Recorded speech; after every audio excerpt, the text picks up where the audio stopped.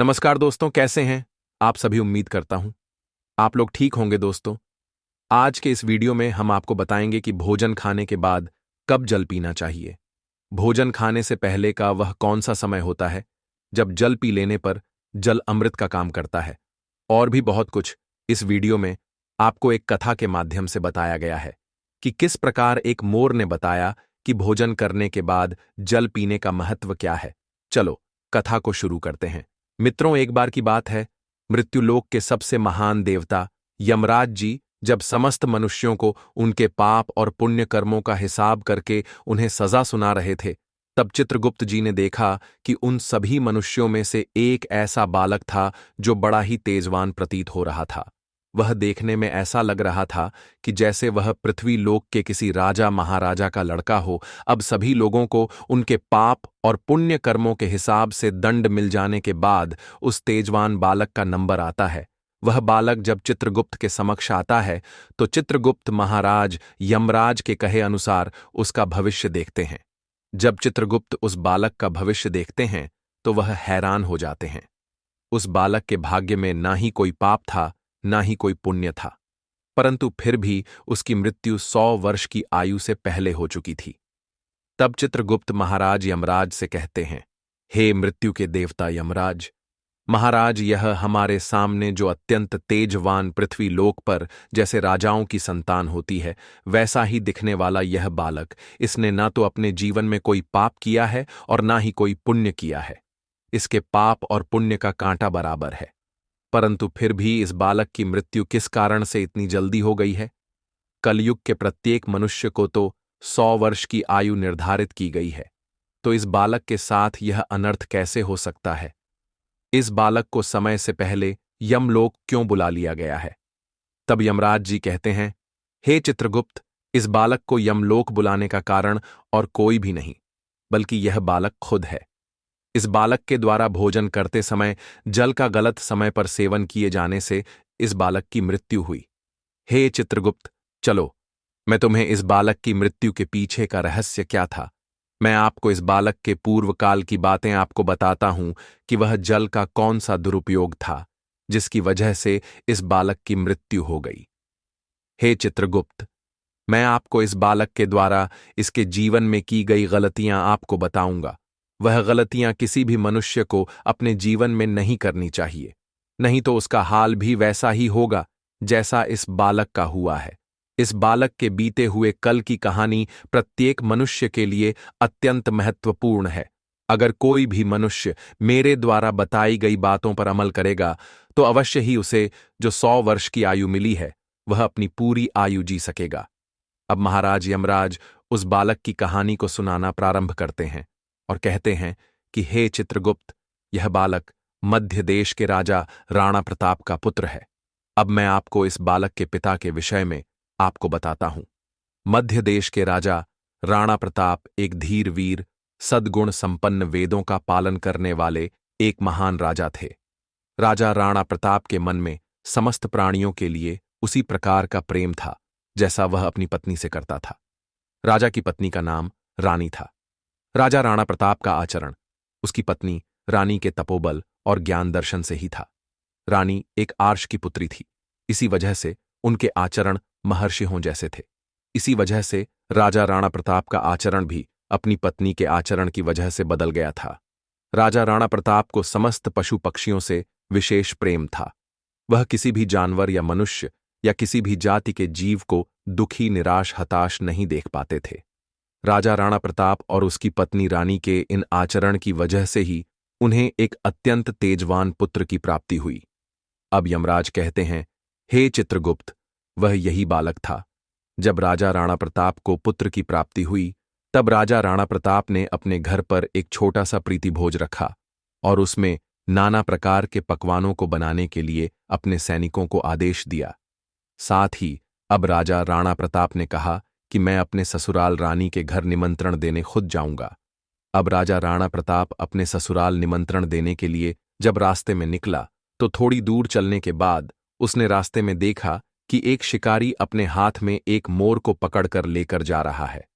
तब उस राजा ने अपने रथ को उस शिकारी के पास रोक दिया और राजा ने शिकारी से कहा कि हे शिकारी, तुम हमारे राज्य में यह कौन सा पाप कर रहे हो? क्या तुम्हें पता नहीं है क्या कि यहां का राजा मैं हूं, और मेरी नजरों के सामने यदि कोई भी किसी भी मनुष्य या पशु के साथ अत्याचार करता है तो उसे सजा के रूप में मौत दे दी जाती है। वह शिकारी घबरा गया और उसने कहा कि हे राजन, मुझे यह मालूम नहीं था। मैं आन गांव से आया हूं।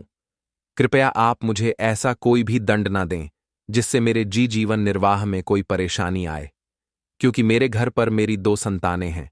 मेरी पत्नी और मेरी एक बूढ़ी मां घर पर बैठी मेरी राह देख रही हैं। अगर मैं घर पर समय से नहीं पहुंचा तो मेरे घर वाले चिंतित हो जाएंगे। तब राजा राणा प्रताप को उस शिकारी पर दया आ जाती है और राजा राणा प्रताप शिकारी से कहते हैं, ठीक है, अगर तुम्हारी यह समस्या है तो मैं तुम्हें कोई हानि नहीं पहुंचाऊंगा, परंतु तुमने अपने हाथों में यह जो पक्षी ले रखा है इन्हें आजाद कर दो। अब महाराज यमराज कहते हैं कि हे चित्रगुप्त, उन सभी मोरों में से एक मोर जो था वह मोर बोल भी लेता था। वह मोर एक चमत्कारी मोर था। उसके द्वारा कही गई बातें सत्य हो जाती थीं।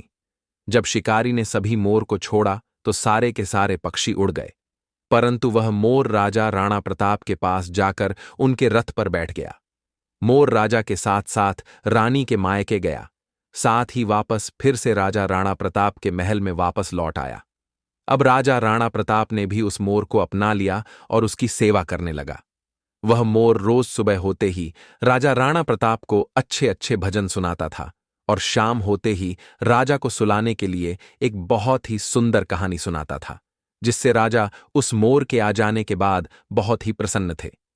एक बार उस मोर ने देखा कि राजा का पुत्र भोजन करने के तुरंत बाद जल पी ले रहा है। तब उस मोर ने सोचा, राजा का यह बालक ना ही शास्त्रों के और ना ही वेदों के हिसाब से चल रहा है। अब एक दिन जब राजा राणा प्रताप उस मोर के पास गए, तब मोर ने कहा कि हे राजन, आपका पुत्र ना तो शास्त्रों के हिसाब से चल रहा है और ना ही वेदों के हिसाब से चल रहा है। तब राजा राणा प्रताप ने कहा कि हे पक्षीराज, आप क्या कहना चाहते हैं? कृपया यथार्थपूर्वक मुझे समझाइए। तब उस मोर ने कहा कि हे राजन, तुम्हारा पुत्र जब भी भोजन करता है उसके तुरंत बाद ही जल ग्रहण कर लेता है। अगर ऐसा ही चलता रहा तो एक ना एक दिन तुम्हारे पुत्र की मृत्यु अवश्य हो जाएगी।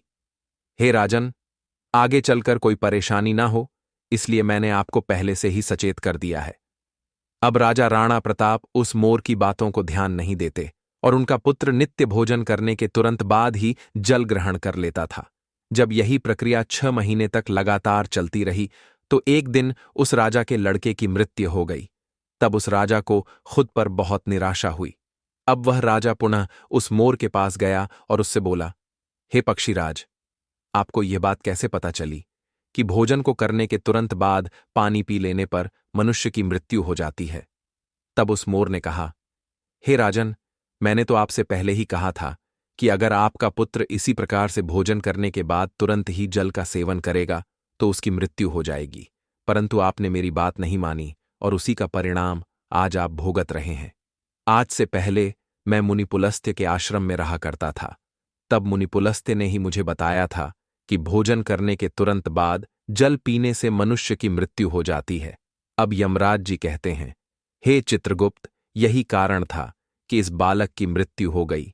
इस बालक ने ना तो कोई पाप किया है, ना ही कोई पुण्य किया है। पाप और पुण्य समान होने के कारण भी इस बालक की मृत्यु हो गई। इस बालक की मृत्यु का कारण बस यही बालक ही था कि शास्त्रों और वेदों का ज्ञान ना होना है। हे चित्रगुप्त, अब मैं तुम्हें बताता हूं कि कब जल को ग्रहण करने से मनुष्य बलवान बनता है और कब जल को ग्रहण करने से मनुष्य की मृत्यु हो जाती है। हे चित्रगुप्त, शास्त्रों में लिखा है कि खाना खाने से पहले का जल अमृत है, खाने के साथ का जल औषधि है, खाने के तुरंत बाद का जल विष है, खाना खाने के 1 घंटे बाद का जल बल है।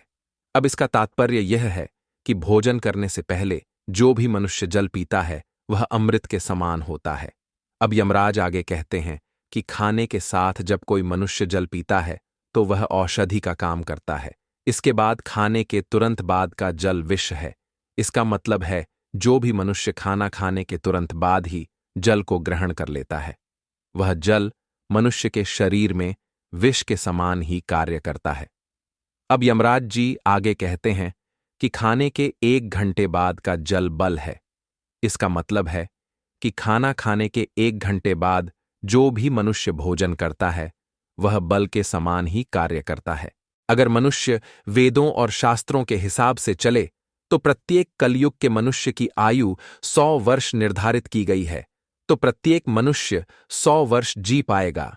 अब यमराज जी कहते हैं कि हे चित्रगुप्त, इस बालक की मृत्यु का कारण बस यही है कि इसने शास्त्रों के हिसाब से भोजन नहीं किया और भोजन करने के तुरंत बाद ही जल ग्रहण कर लिया, जिसकी वजह से वह जल धीरे धीरे करके इसके शरीर में विष के समान काम करता रहा और समय आने पर इस तेजस्वी बालक की मृत्यु हो गई। अब इस बात को सुनकर चित्रगुप्त बोले, हे महाराज, आज आपने जो मुझे ज्ञान दिया है वह सर्वगुण संपन्न है। आपके द्वारा कही गई इस बालक की कहानी कलयुग के समस्त मनुष्य जाति को एक सीख देगी। मित्रों, वेदों और पुराणों की सीख के साथ किया गया भोजन सर्वगुण संपन्न होता है। इससे प्रत्येक मनुष्य अपनी निर्धारित आयु के बाद ही यमलोक को प्राप्त होता है। मित्रों, आपको यह कथा कैसी लगी? इस वीडियो में कमेंट करके अवश्य बताना, और वीडियो अच्छी लगी हो तो वीडियो को लाइक करें और साथ ही हमारे चैनल को सब्सक्राइब अवश्य करें। जय श्री कृष्ण। धन्यवाद।